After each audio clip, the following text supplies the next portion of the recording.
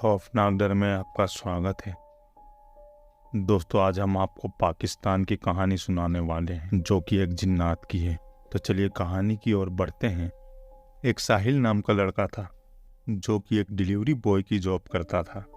उसकी सैलरी बहुत ही कम थी, लेकिन उसके ऊपर घर की जिम्मेदारी थी जिस वजह से उसे वो जॉब करनी पड़ती थी, क्योंकि वो ज़्यादा पढ़ा लिखा भी नहीं था।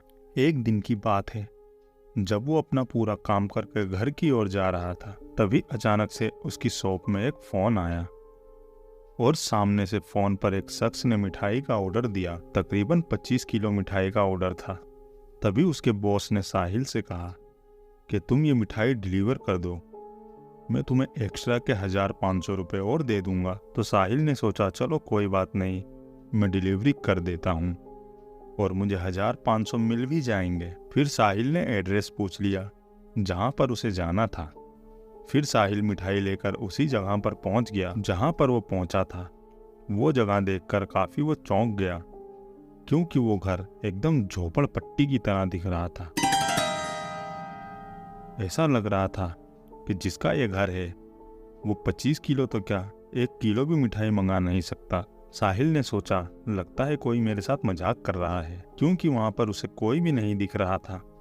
वहाँ पर काफ़ी देर खड़े रहने के बाद साहिल ने सोचा चलो चलते हैं वापस, क्योंकि यहाँ तो कोई भी नहीं है और एक झोपड़पट्टी की तरह दिखने वाला घर है। बस वो वापस जाने के लिए पलटा ही था, तभी अचानक से उसे एक अजीब सी आवाज़ आई, रुको, कहाँ जा रहे हो? भैया ये मिठाई मैंने ही ऑर्डर की है। तभी साहिल चौंक गया, क्योंकि एक बूढ़ा शख्स था, लेकिन उसने कहा जाने दो, मुझे तो मेरा काम करना है। फिर उसने वो शख्स को मिठाई दी और बदले में उस शख्स ने साहिल को पूरे पैसे दिए और एक जेब से अलग से पैसे निकाले और उसमें उसे बख्शिश दी। साहिल ने जब वो बख्शिश देखी तो वो तकरीबन 5000 थे और वो ये देखकर काफ़ी चौंक गया।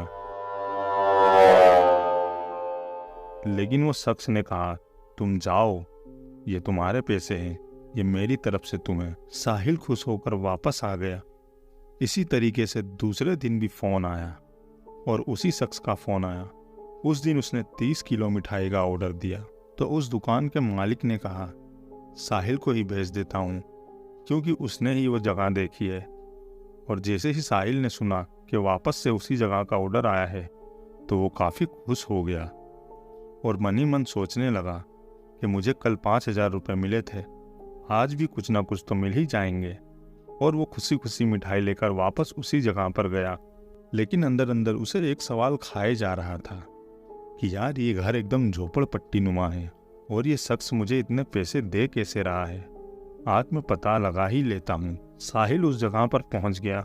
उसके बाद साहिल ने उस शख्स को मिठाई दी और वापस से उस शख्स ने साहिल को 5000 रुपये टिप दिए।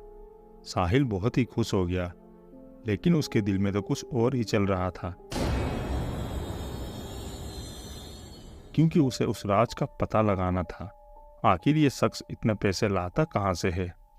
तभी साहिल ने उस शख्स से कहा कि भैया मुझे टॉयलेट जाना है, प्लीज़ आप मुझे टॉयलेट जाने देंगे? तो उस शख्स ने साहिल से तुरंत कहा हाँ कोई बात नहीं, आओ आओ तुम चले जाओ। साहिल जैसे ही उस घर के अंदर घुसा तो वहाँ का नज़ारा देखकर वो काफ़ी चौंक गया, क्योंकि अंदर से घर मानो ऐसा लग रहा था जैसे कोई एक महल हो और अंदर काफ़ी लोग थे। बाकी सबके चेहरे ढके हुए थे, लेकिन वो बहुत ही लंबे लंबे दिख रहे थे। साहिल समझ गया कुछ तो गड़बड़ है, लेकिन वो जैसे तैसे करके टॉयलेट में घुस गया। साहिल अंदर से सोचने लगा कि अब मैं बाहर कैसे निकलूंगा, क्योंकि ये लोग मुझे इंसान नहीं लगते, ये दिखने में काफी लंबे हैं, हो ना हो ये लोग जिन्नात हैं। साहिल काफी देर तक अंदर ही रहा। तभी बाथरूम का दरवाजा किसी ने खटखटाया और जोर से कहा बाहर निकल, तुझे हमारा राज जानना है ना, बाहर आ, तुझे हम हमारा राज बताते हैं। लेकिन अंदर साहिल बहुत ही ज़्यादा घबरा रहा था और वहाँ पर बहुत ही ज़्यादा शोर भी था, मानो ऐसा लग रहा था वहाँ पर सब हंस रहे हैं।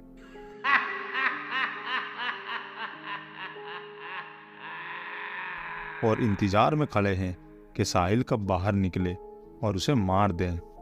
काफ़ी देर बीतने के बाद साहिल ने सोचा, अब तो मुझे बाहर निकलना ही होगा क्योंकि समय बहुत हो रहा है और मुझे घर भी जाना है। साहिल ने हिम्मत करके जैसे ही बाथरूम का दरवाज़ा खोला और दरवाज़ा खोलते ही उसे एक बहुत ही जोरों का झटका लगा, क्योंकि वहाँ पर कोई भी नहीं था और वो एक जगह जंगल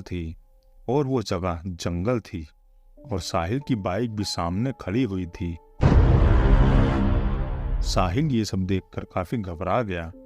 उसके बाद उसने गाड़ी चालू करी और वो तुरंत वहाँ से भाग गया। थोड़े दिन के बाद उसने पता लगाया तो उसे पता चला कि यहाँ पर जिन्नात लोग रहते हैं और लोगों का शिकार करते हैं और उन्हें मार देते हैं।